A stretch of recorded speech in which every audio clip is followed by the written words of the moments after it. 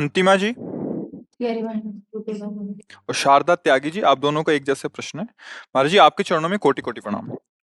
महाराज जी, हमें बहुत क्रोध आता है, प्रयत्न करने पर भी क्रोध पर नियंत्रण नहीं कर पाती, छोटी छोटी बातों पर परिजनों पर चिल्लाना हो जाता है। देखो, ये क्रोध क्यों आता है, पहले उसकी मूल धारा पर समझें। क्रोध तभी आता है जब हमारी कामना में विघ्न पड़ता है। हमारी कामना तुम ऐसा करो, उसके विपरीत करोगे तो क्रोध आए। कामा संजायते क्रोधा। क्रोध की कोई स्वयं की सत्ता नहीं है, वो कामना से पैदा होता है। अब हमको देखना है कि हमारा कर्तव्य उसके प्रति क्या है। क्रोध को शांत करने के लिए एक ही उपाय है। जैसे आप आए हो, हम संत हैं, तुम्हारा हमारे प्रति क्या कर्तव्य है, ये हम देखेंगे तो हमें गुस्सा आ जाएगा।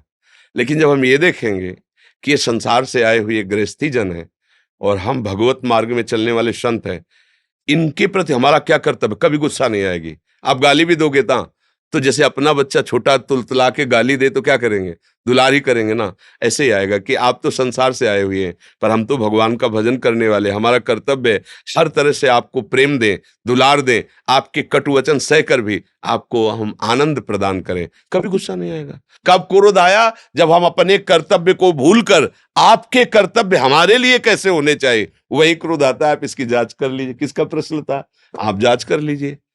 पति पुत्र परिवार के प्रति हमारा क्या कर्तव्य है, जब आप सोचोगे तो क्रोध नहीं आएगा। उनसे हम चाहते हैं, कामना करते हैं, और वो जब वो नहीं करते तब हमें गुस्सा आता है। और अगर हम नाम जप करें तो ये बात खत्म हो जाएगी, हमारी बुद्धि शीतल होने लगेगी, गंभीर होने लगेगी। क्रोध करना अच्छा नहीं, अपना भी हृदय जलता है और क्रोध का लक्षण है फिर उसमें विचार शक्ति नहीं रह जाती। सबसे पहला काम क्रोध क्या करता है, स्मृति का नाश करता है। कामा संजायते क्रोधा, क्रोधा स्मृति विभ्रमा, और स्मृति भ्रंशा बुद्धिनाशो, बुद्धिनाशात प्रणश्यते। इसलिए मुझे लगता है कि क्रोध को मिटाने के लिए सबसे पहली बात है, अब वो सामने वाला जो वर्ताव कर रहा है इस समय मेरा क्या कर्तव्य है। अगर ऐसा आप सोचोगे तो कभी क्रोध आप पे हावी नहीं हो पाएगा। जब हम ये सोचते हैं कि इसका कर्तव्य था, ये नहीं किया, और अपने कर्तव्य का हम ध्यान नहीं देते, तब हमें क्रोध आ जाता है। अच्छा, क्रोध आना और क्रोध का नाटक करना, दोनों में अंतर है। किन्हीं किन्हीं को क्रोध का नाटक करना ही चाहिए। जैसे पिता है, माता है, वो बच्चों को अतिशय दुलार करता है, पर उसे क्रोध का नाटक करना पड़ेगा। समय से उनको भोजन दीजिए, वस्त्र दीजिए, आवश्यकता की पूर्ति कीजिए, और निरीक्षण परीक्षण करके तुम्हारी नजर इतनी शासन पूर्वक होनी चाहिए, क्रोध नहीं है। हाँ, इस समय तुम कहां थे, 1 घंटा से गायब थे आप, मतलब जांच होनी चाहिए, और लगना चाहिए कि गुस्सा आ रही, पर गुस्सा नहीं होना चाहिए, वो उनके सुधार के लिए है। जैसे अपने राजकीय विधान के हैं, तो ऐसा थोड़ी है कि सबको शास्त्र का ज्ञान नहीं है या भजन करने वाले नहीं, सब ज्ञान है। लेकिन तुम दुष्ट का रोल कर रहे हो, तो हम शासन का रोल तुम्हारे ऊपर करेंगे, और उसका फल हमारे भगवान की प्रसन्नता होगी। अब वो द्वेष नहीं है, वो उसका क्रोध नहीं है, वो उसका विभाग है। क्योंकि बनाए हुए भगवान की समाज की मर्यादा को तुम बिगाड़ रहे हो, ये हमारी पूजा है। अब उसको समझना होगा, उसको कह देगा अरे भाई ये तो जीव को दंड दे रहे हैं, ये तो क्रोध नहीं। अगर वो नहीं करते तब उनको पाप लगेगा। तो कहीं कहीं क्रोध है नहीं, पर करने का स्वांग करना ही चाहिए। तो माता पिता गुरुजनों के द्वारा ये जो किया जाता है, उनको ध्यान रखना चाहिए कि क्रोध में नहीं आना चाहिए। क्रोध को दबा करके क्रोध का स्वांग करोगे तो बढ़िया बात बन जाएगी, और वो स्वांग आपका प्रभावशाली होगा। और जब आप क्रोध में होंगे तो इसका प्रभाव होगा कि उसके अंदर आपके जो क्रोध वृत्ति वो जाएगी, वो आपका विरोधी भाव पैदा हो जाएगा, चाहे आपका बेटा ही क्यों ना हो। एक दिन वो आपके विरोध में खड़ा हो जाएगा कि अब हम भी वयस्क हो चुके हैं, आप अपना जीवन देखिए, हम अपना जीवन देखेंगे। और जब आप स्वांग करोगे तो नम्र हो जाएगा, क्योंकि आप क्रोधित नहीं हो वास्तविक। वो एक दिन विचार करेगा कि अगर पिताजी ने डांटा ना होता तो मैं गलत संग में फंस जाता, बड़ी कृपा, मतलब वो लौटेगा, उसकी वृत्ति बदलेगी, क्योंकि सत्य में थे आप। और अगर क्रोधी हो गए तो एक दिन देख लेना तुम्हारा बेटा ही तुम्हारी खिलाफत में खड़ा हो जाएगा, क्योंकि क्रोध का कार्य प्रणश्यंद, वो नाश करेगा, वो नाश करेगा। इसलिए मुझे लगता है क्रोध से ना अपना हित है, ना समाज का हित है, ना किसी का हित है। क्रोध नहीं करना चाहिए, उसके लिए अपने कर्तव्य को देखना चाहिए। और अगर गुस्सा आ जाए तो मौन हो जाना चाहिए। जब गुस्सा आ जाए मौन हो जाना, क्योंकि गुस्सा का पहला काम है गलत बोलना, दुरुक्ति, गाली देना, कटु वचन बोलना, बस वो बढ़ता चला जाएगा। उसको चुप कर दो, मौन कर दो, राधा राधा राधा राधा। क्षमा के द्वारा क्रोध पर शासन करे, क्रोध को सह जाए। अरुण जी, राधे राधे महाराज जी। महाराज जी प्रणाम।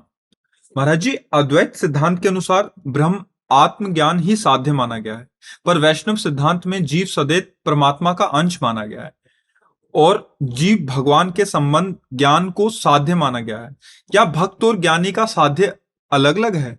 नहीं बच्चा, जैसे एक शब्द के पर्यायवाची कई होते हैं ना, हम किसी भी शब्द को, जैसे पानी है, अंग्रेजी में बोला जाए तो वाटर है, ओए जल, नीर, ऐसे बोला जाता है ना। ऐसे ही भगवान के अनंत नाम है। ज्ञान में उन्हें ब्रह्म कहा गया, आत्मा संबोधन किया गया, आत्मज्ञान आत्मा। योगी जन उसी को परमात्मा बोलते हैं, भक्तजन उन्हीं को भगवान बोलते हैं। और चराचर जगत जिस भाव से उनको बसता है, वही परम तत्व उसी भाव से उसको अनुभव में आता है। अब अभेदात्मक भक्ति और भेदात्मक भक्ति प्रायः दो भाव प्रधान लिए गए हैं। अभेद उपासना में, ज्ञान मार्ग में, तत् त्वम असि, ये वेद का महावाक्य है। तत् वह, त्वम तुम, असि वही हो। अभेद। कैसे अभेद? 100 घड़े में एक सूर्य का प्रकाश पड़ रहा है तो सूर्य के दिखाई दे रहे हैं 100, पर सूर्य के हैं एक है। घड़ों के कारण सूर्य 100 भास रहा है नहीं, और 100 घड़े नष्ट कर दिए गए तो सूर्य कितने मरे, कितने बिगड़े? एक भी नहीं, वो एक। ऐसे ही वो एक परमात्मा अनंत शरीरों में, जड़ चैतन्य में उपस्थित है। अनंत, यही उसका योग का ऐश्वर्य है, अनंत रूपों में। अब उसे कोई राम, कोई कृष्ण, कोई देवी, कोई जो जिस भाव से माने, वैसे ही वो उसके ज्ञान में, ध्यान में, अनुभव में आता है। अभेदात्मक भक्ति में तरंग समुद्र में लीन हो गई, नाम रूप दोनों खत्म हो गया। तरंग में क्या था? जल ही तो था, समुद्र ही तो उच्छलित हो रहा था। क्यों उच्छलित हो रहा था? क्योंकि वायु विकार था, इसलिए। बहुत ध्यान से सुनना, क्योंकि अध्यात्म का प्रश्न है ना आपका। जब वायु विकार हुआ तो समुद्र तरंग के नाम से जाना गया। ये तरंग है क्या? मूल में देखो, समुद्र है, वही वायु विकार के कारण। अब वायु हट गई तो बचा क्या? समुद्र ही तो बचा ना। तो बीच में क्या था? समुद्र ही तो था, केवल वायु विकार था ना।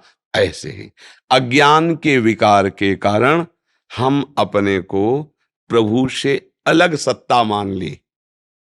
मैं मनुष्य, मैं स्त्री, मैं। अब ये अलग सत्ता मानने के कारण हमारी जन्म कर्म परंपरा चल पड़ी। कभी दुर्गति, कभी शुभ गति, कभी अशुभ गति, इसी में भटक रहे हैं। अगर ये वायु विकार हटे, माया विकार हटे, तो बचा क्या? तो वो है कि अहम ब्रह्मास्मि, मैं ब्रह्म हूं।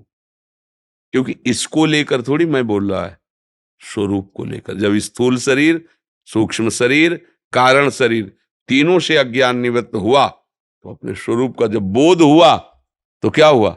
ब्रह्म, मैं वही हूं। ये हुई अभेद, ये हुआ ज्ञान। समझ पाए? अब भक्ति में आते हैं, जिसे हम अंश कहते हैं भगवान का। तो एक टैंकर गंगा जल, एक लोटा गंगा जल, या एक चम्मच गंगा जल, उसे आप क्या बोलेंगे? गंगा जल। जितना अलग हिस्से में माना गया, पर है क्या वो? गंगा जल ही। तो आप ऐसा नहीं कह सकते कि एक चम्मच वाला गंगा जल नहीं है। समझ रहे ना? हम भगवान के अंश हैं। कब तक?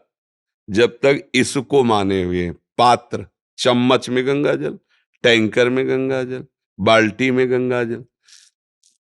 अंश रूप से मानना पात्रता के अनुसार हुआ, शरीर को लेके। और जहां शरीर का भाव हटा तो जानत तुम्हें तुम्हें होए, वो भगवत स्वरूप हो जाता है। अब भगवत स्वरूप होकर ज्ञानी जन मुक्त हो जाते हैं और प्रेमी जन अपने आप से अपने आप की आराधना करके मगन रहते हैं। प्रभु और वो दो नहीं रह गए, दो ना रहते हुए भी दो रूपों में खेल रहे हैं, इसलिए ये और गाढ़ा रस हो जाता है। ज्ञान से भी श्रेष्ठ प्रेम है, क्योंकि ज्ञान ब्रह्मानंद में जे ही जनक जी महाराज भगवान श्री राम पर पहली दृष्टि पड़ी तो विश्वामित्र जी महामुनि ज्ञानी हैं, उनसे कह रहे हैं कि इन्हीं विलोकत अति अनुरागा बरबस ब्रह्म सुखई मन त्यागा। ये क्या हो रहा है? मेरा मन जो ब्रह्म सुख में स्थित है, ब्रह्म सुख में कौन सा मन स्थित होता है? जिसमें किसी का रूप, किसी का शब्द, किसी का स्पर्श, किसी की गंध ये प्रभाव नहीं डालती, जिस मन में, वो ब्रह्म सुख में स्थित माना जाता है। पर आज रूप ने परास्त कर दिया। राम रूप को देखते ही जनक जी महाराज कह रहे, सहज विराग रूप मन मोरा। मेरा मन तो सहज वैराग्यवान है, पर लेकिन इनको ऐसे देख रहा है जैसे चंद्रमा को चकोर देखता है। बरबस ब्रह्म सुखई मन त्यागा। ये क्या हो रहा है? तो जानते हो क्या है? इन्हीं विलोकत अति अनुरागा। अनुराग माने प्रेम। देखो भगवान का प्रेम रूप ऐसा है कि ब्रह्म सुख का बरबस त्याग करके प्रेम रूप में जनक जी अधीन हो रहे हैं। और जनक जैसे ज्ञानी परमहंस सुखदेव जी के गुरु जी हैं जनक जी, अभेद होते हुए भी भाव में भेद स्वीकार करके ये प्रेम का खेल, ये अनंतानंद है, वो अखंडानंद है। समझ रहे? तो प्रेमी जब इस प्रेम रस को प्राप्त होते हैं तो भगवत स्वरूप होते हैं। मैं नहीं रह जाता। जब खोजने के लिए चला तो मैं था, और जब मिला तो मैं खोजने वाला गायब हो गया। अब ब्रह्म नहीं, माया नहीं, नहीं जीव, नहीं काल, अपनी ही सुधि ना रही, एक रहो नंदलाल। आ गए ना एक में, चाहे इधर से आओ चाहे इधर से आओ, एक में। वो मैं में स्थित हो गया, तू में स्थित हो गया। और जो मैं तू में स्थित है वो माया में स्थित है। मैं और मोर तोड़ते है माया, वो मैं में स्थित हो गया ब्रह्म ज्ञानी, और ये तू में स्थित हो गया भक्त। तू ही तू है, जिधर देखता हूं तेरी ही महिमा है तू। और देखते देखते देखने वाला समा गया। देखत देखत ऐसा देख, मिट गई दुविधा, रह गया एक। ये देखना भक्त का होता है। अब वहां प्रभु ही प्रभु रह गए। अगर भजन नहीं हो रहा तो हमारी बात तुम्हारे माइंड में समझ में नहीं आएगी, और अगर भजन हो रहा है तो आप समझ रहे होगे हमारी बात को। ये मतलब अध्यात्म का शुद्ध निर्णय है, अभेद स्थिति ज्ञान की। और ये भेद से अभेद और अभेद से भेद, वो भेद से अभेद जीवन मुक्त, ये भेद से अभेद, अभेद से भेद। समझ गए? अभी अज्ञान का भेद नहीं है, ये एक ही तत्व कई रूपों में खेल रहा है अपने आप में, अपने आप से अपने आप में खेल रहा है। अब आगे बढ़ो भजन मार्ग में, तो अब इन दोनों का अनुभव करो, तब जाके जीवन मुक्त हो जाओगे, तब परमानंद में नहीं। क्योंकि ये बुद्धिगत बात नहीं बच्चा, ये स्थितिगत बात है। जब तक हृदय की स्थिति नहीं होगी तो समझ में नहीं आएगा। आशुतोष जी जयपुर से। महाराज जी आपके चरणों में कोटि कोटि प्रणाम। महाराज जी, मन में द्वंद्व रहता है, अज्ञानतावश व विकारवश मन स्थिर नहीं रहता। 15-20 दिन नाम जप में लगता है, फिर विक्षेप आ जाता है। मैं पिछले 4 महीने से यूट्यूब के माध्यम से आपको सुन रहा हूँ, मन को शांति मिलती है। मैं पूर्ण रूप से नाम जप में लीन होना चाहता हूँ, अतः मेरा मार्गदर्शन करें। भोजन सुधारो, संग सुधारो, गलत लोगों का संग, गलत दृश्य देखना, गलत चिंतन करना। आहार अगर शुद्ध है तो बुद्धि शुद्ध होती है, आहार अशुद्ध है तो बुद्धि अशुद्ध होती है। जैसा हम संग करते हैं वैसा हमारा चिंतन बनता है। और जैसे हमें धन का जब लोभ जग जाता है तो फिर हम ये नहीं देखते कि हमें करना क्या पड़ेगा, नहीं, और ये नहीं देखते कि कितने समय तक करना पड़ेगा। अगर हमें 12 घंटा करना पड़े और अधिक पैसा मिल रहा है तो हम उस पर लगन लगाते हैं, भूखे प्यासे रहकर। अगर नाम के प्रति लोभ जग जाए, जैसे रुपये के प्रति जगता है, तो फिर नाम जप अधिक से अधिक होने लगेगा। अभी नाम तो एक भार सा लगता है और महत्व बुद्धि भोगों में है, इसलिए नाम में रुचि नहीं हो पा रही। और दूसरा कि बहुत जन्मों से हमसे गलतियां होती रही, तो उन गलतियों के कारण हमारा अंतःकरण अपवित्र है। जब हम नाम जप करते हैं तो पापों का वो नाश करता है, बहुत इकट्ठा है। तो जैसे जैसे हमारे पाप नष्ट होते वैसे वैसे नाम मीठा लगने लगता है और नाम से प्यार होने लगता है। जिससे हमारा प्यार होता है उसी की बार बार याद आती है। पापवंत कर सहज स्वभाव भजन मूर्ति भाव न काऊ। अगर हमारा हृदय मलिन रहेगा तो भजन में रुचि नहीं होगी। तो नए पाप तो करना नहीं है, पुराने पापों के नष्ट होने का इंतजार करना है नाम जप करते हुए। राधा राधा राधा राधा। मन अच्छा नहीं करेगा, मनुष्य में जलाएगा, गंदी बातें सोचवाएगा। उदासीनता आ जाती है। हाँ हाँ, कई बार सत्संग में वर्णन किया है ये भी, पर उसमें आपको घबराना नहीं है। उत्साह पूर्वक चलो, कुछ मार्ग अंधेरे का है, क्योंकि जब तक पाप नष्ट नहीं होते तब तक कुछ दिव्यता अनुभव में नहीं आती।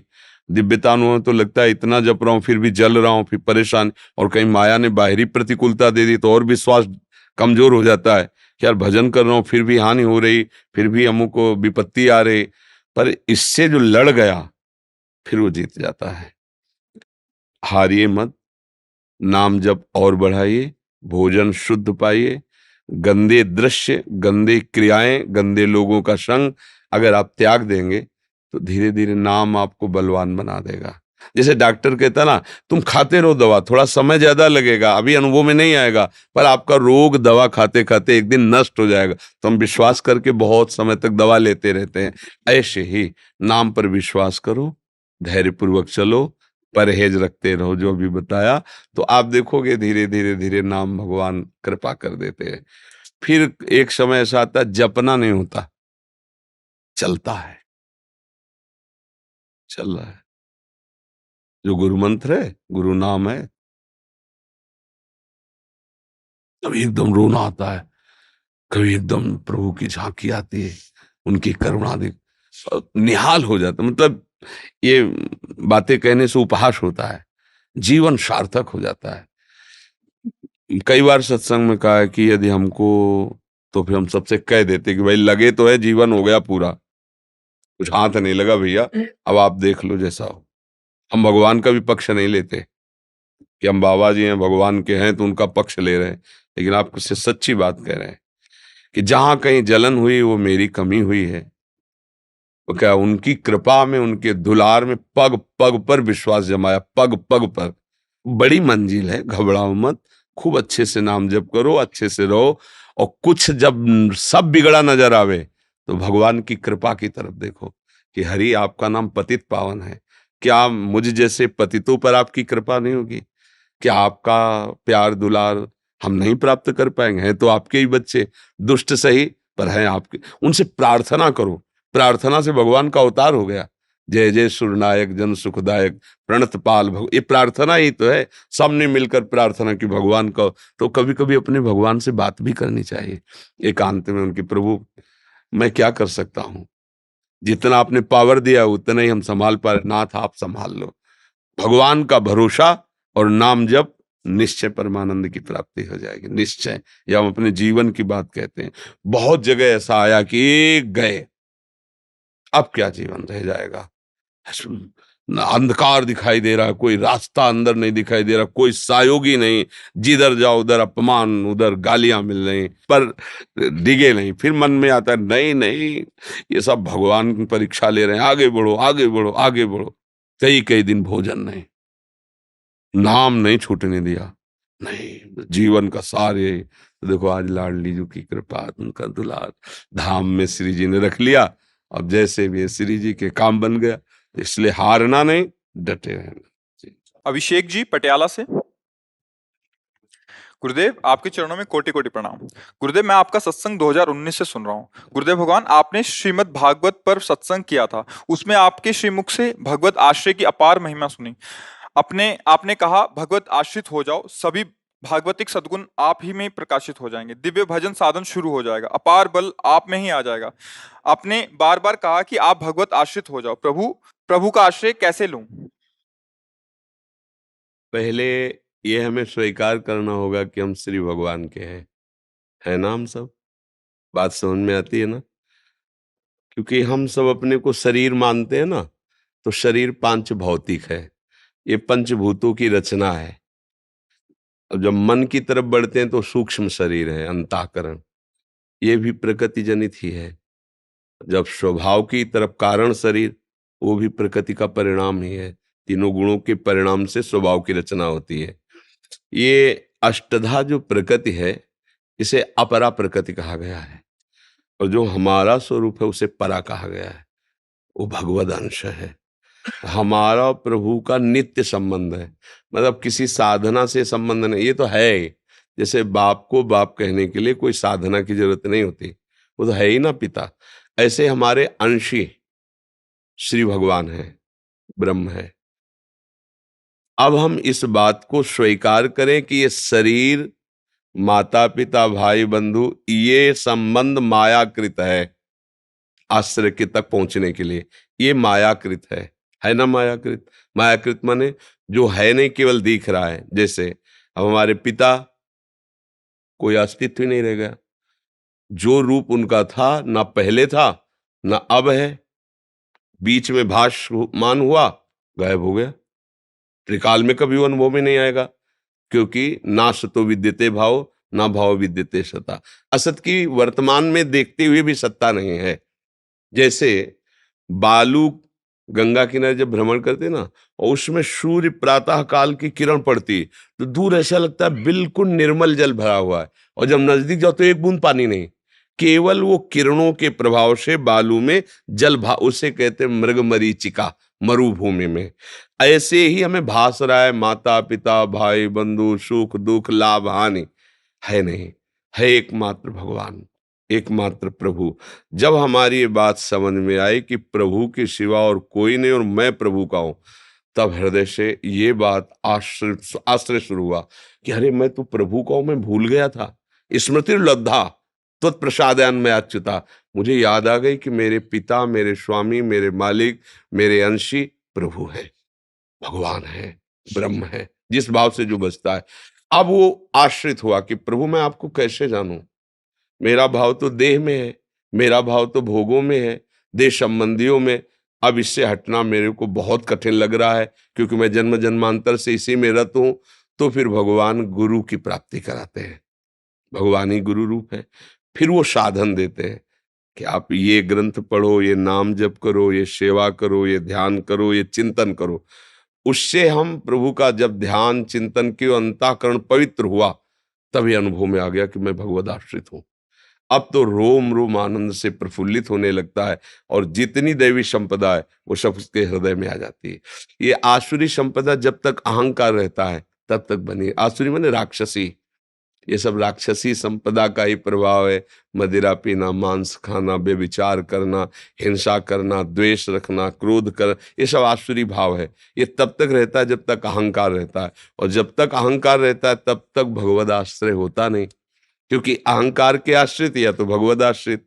तो अहंकार का नाश गुरु वचनों से प्राप्त हुई उपासना को जब बहुत काल किया जाता है, तो वह अहंकार समर्पित हो जाता है। जैसे ज्ञानी जनों का अहंकार विशुद्ध ब्रह्म रूप में, शिवोहम अहम ब्रह्मास्मि, इसमें से, और भक्त का दासोहम, मैं प्रभु का दास हूं, प्रभु हमारे हैं। तो नाम जप, ग्रंथों का अवलोकन, स्वाध्याय और संत समागम, और किसी की भी भगवत भाव से सेवा, ये भगवत आश्रय पुष्ट कर देती है। समझ रहे हो ना? और हम प्रभु के हैं, पहली ये बात स्वीकार हो। जब प्रभु के सिवा हमारा कोई नहीं, ये सिद्ध कर दोगे, तो आपके हृदय में देवी संपदा आ जाएगी। प्रभु के हम हैं, ये तो आज मान लिया, लेकिन इसका अनुभव तब होगा जब दूसरों न कोई। जैसे मेरे तो गिरधर गोपाल, ये बात तो सब कोई बोल लेगा, लेकिन दूसरों न कोई इसे सिद्ध करके दिखाओ। दूसरों ना कोई, गिरधर गोपाल के सिवा मेरा कोई नहीं। ये तुम्हारी परीक्षा होगी, जब तुम इसमें पास हो जाओगे तब तुम्हारे अंदर सारे भागवतिक सद्गुण आ जाएंगे। समझ रहे हो ना? दूसरों ना कोई, शरीर भी नहीं, मेरा मन भी नहीं, व्यवहार नहीं, ये तो बहुत दूरी की बात। प्रभु के सिवा मेरा कोई नहीं। जैसे प्रहलाद जी ने सिद्ध करके दिखा दिया, ध्रुव जी ने सिद्ध करके दिखा दिया, और जितने भी संत भगवान इस मार्ग में चलते हैं सिद्ध करके दिखा देते हैं। लोग उनको गालियां देते हैं, पीड़ा पहुंचाते हैं, भूख प्यास सर्दी गर्मी काम क्रोध लोभ सब वो सहते हैं, बस दूसरों न कोई। ये सिद्ध करके दिखा दिया, वो भगवान के स्वरूप हो गए। नहीं कहा जाता वो संत तो क्या, वो तो साक्षात भगवान है, ऐसा बोला जाता है ना, क्योंकि वास्तविक वो भगवान ही है। लीला पुरुषोत्तम अपने स्वरूप को छुपा करके खेल रहे थे, अब अपने स्वरूप में आ गए, भगवान का स्वरूप हो गया। सब जगह एक ही भगवान है, आश्रित को ऐसा ज्ञान हो जाता है। नहीं तो इसलिए नाम जप करो, खूब नाम जप करो, सत्संग सुनो, अच्छे आचरण करो, और बार बार भगवान से प्रार्थना करते रहो कि मेरी सामर्थ्य नहीं कि मैं इस माया पर विजय प्राप्त कर लूं, हे नाथ आप ही। तो ये आश्रय दृढ़ हो रहा है। ये जिस समय सिद्ध हो जाएगा उस समय फिर आपकी दिव्यता जागृत हो जाएगी, कोई परास्त नहीं कर सकता। पर इसके लिए आगे बढ़ो, बच्चा हो ऐसा भाव आया, ये तो बड़ी कृपा है आपके अंदर, ठाकुर जी की बहुत कृपा है। जो आप इस विषय अध्यात्म विषय एक प्रश्न कर रहे हैं, इससे कथन और श्रवण करने वाले दोनों पावन हो जाते हैं। भगवत संबंधी प्रश्नकर्ता और भगवत संबंधी उत्तर देने वाला दोनों भगवान के लाडिले होते हैं, जो परस्पर बोधयंता, केवल भगवान की ही चर्चा होती है। महाराज जी, जैसे द्रौपदी और गजेंद्र ने भगवान गोविंद का आश्रय लिया था, क्या वो आश्रय हम इस समय ले सकते हैं? हाँ, उससे भी जोर का आश्रय, इसी समय? उससे जोर का आश्रय, पर इतनी बड़ी तुम्हारी बुद्धि में सामर्थ्य नहीं कि तुम काट सको, इसलिए समय लगता है।